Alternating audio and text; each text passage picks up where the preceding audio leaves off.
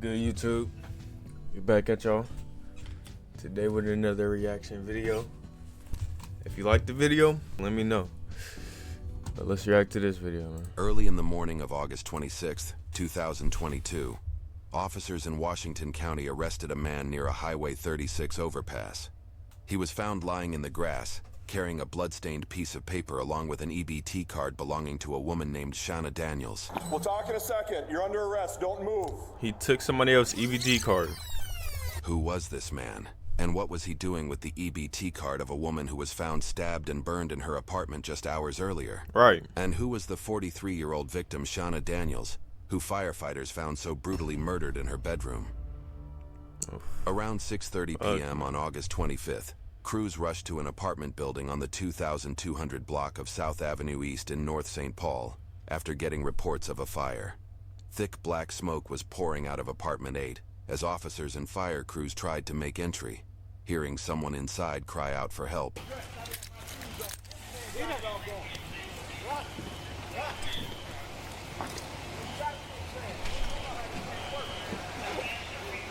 Where's our guys at?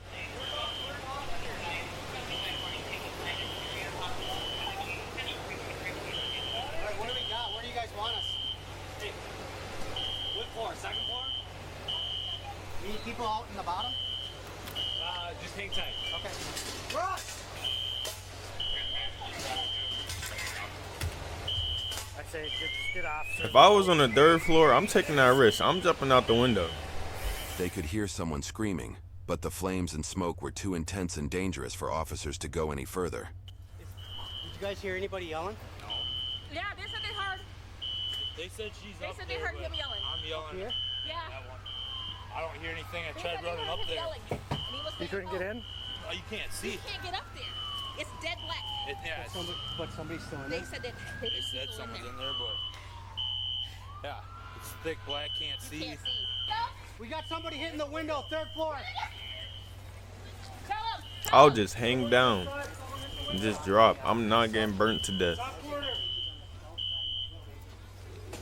knows we got someone pounding on a window on the 3rd floor. Top right corner.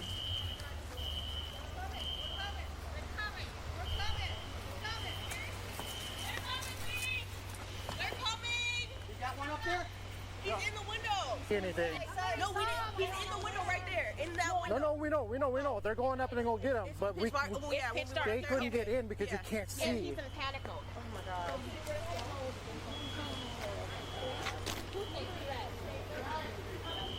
And that's their car. A lady and a woman. Heads up, there's supposed to be 2 people that live there and a possible dog. There might be 2 people. There's dogs and there's probably 2 dogs. There's 2 dogs over up that top. There might be 2 in there. The rest of the building was evacuated, and by the time firefighters got the blaze under control, the woman inside apartment 8 had stopped responding. As officers eventually made entry, they found Damn, her that's half-burnt bad. body in the bedroom. Initial investigation would reveal that this wasn't just a fire, but the cover-up for a brutal crime. Multiple witnesses had seen an unidentified man in the victim's apartment window as the fire first started. In there about So there's a male and a female. should be, yeah.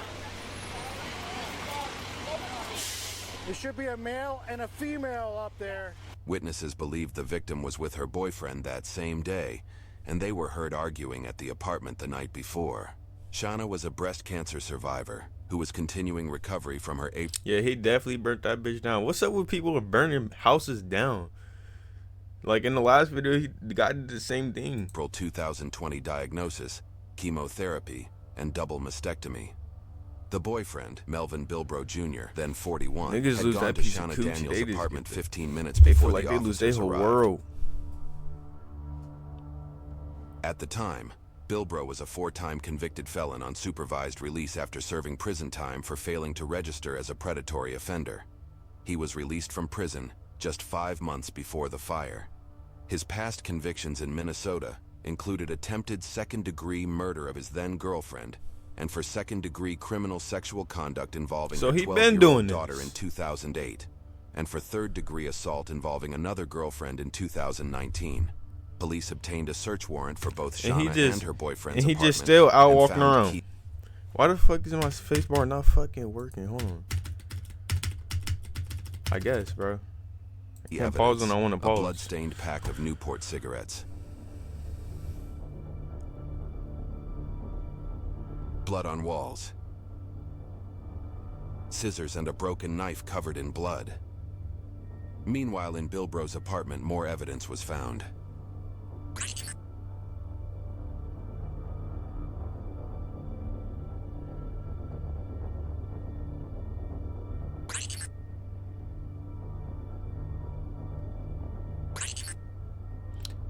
He was in there One slashing her of the up. pieces of evidence against Bilbro was a dog covered in soot and smelling of smoke. The dog found in his apartment belonged to Shauna. It became clear this wasn't just a tragic fire. It was the scene of a murder. The autopsy reports revealed that the cause of Shauna's death was not an accidental fire, but homicide. She had multiple sharp force injuries to her head and neck, with a perforation to her left eye. Her nasal bone was fractured. Police officers spoke to a witness who called Bilbro and told him of the fire. Bilbro said that he was with Shauna when her ex-boyfriend showed up, so he left. When his apartment was searched, he was nowhere to be found. The next day, Bilbro was finally located by officers as he hid in grass near a trail and was arrested on the spot. He was found with a blood-stained piece of paper, along with Shauna's EBT credit card. We'll talk in a second. You're under arrest. Don't move. You guys want to stop or you guys go? Yeah, you want to grab him over there? Yep. My left? Go ahead. Yep.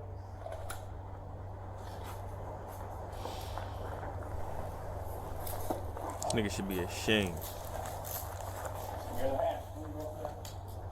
It's the second time.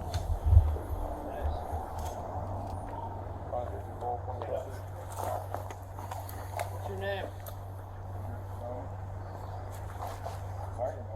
Melvin? All right, Melvin. This is yours? All right. After his arrest, Bilbro agreed to speak with investigators about the fatal fire and the death of his girlfriend hours earlier. So I want to clear up a few things with my partners. I'd like to keep talking with you here if that's okay. Alright. So, like I mentioned before, I guess I'd like to talk about you being under the bridge a little bit. And how'd you end up there? I was just there, man. Seriously, I got nervous as hell because all I know is Let's see what type of whack ass story he come up with. moving on the left side of me and moving on the right side of me. So I was just sitting in the middle so I can watch both sides. I don't know what it was. I just wanted to move when I felt a little comfortable because I told you I smoked some weed, I was really high, and just nothing. Okay. You're quite a long ways away from North St. Paul, I guess. Under that bridge. I mean, the first time. It's a pretty decent walk, I think. I mean, it was like a 10-minute drive for us. I usually jog. So you were in that whole way? No. I usually, when I'm working out, I jog. Okay.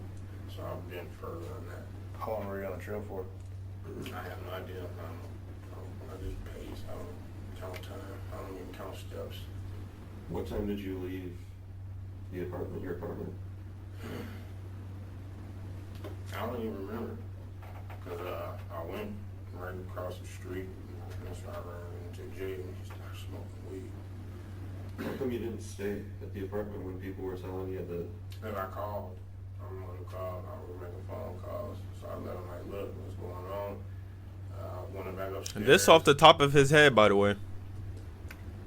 I went to the store. Came right back. But I was in the area. You went to the store? Yeah. What store? Holiday. Holiday? Did you buy anything there? Cigarettes. Cigarettes? Okay. And where'd you go after Holiday? Right back around the area.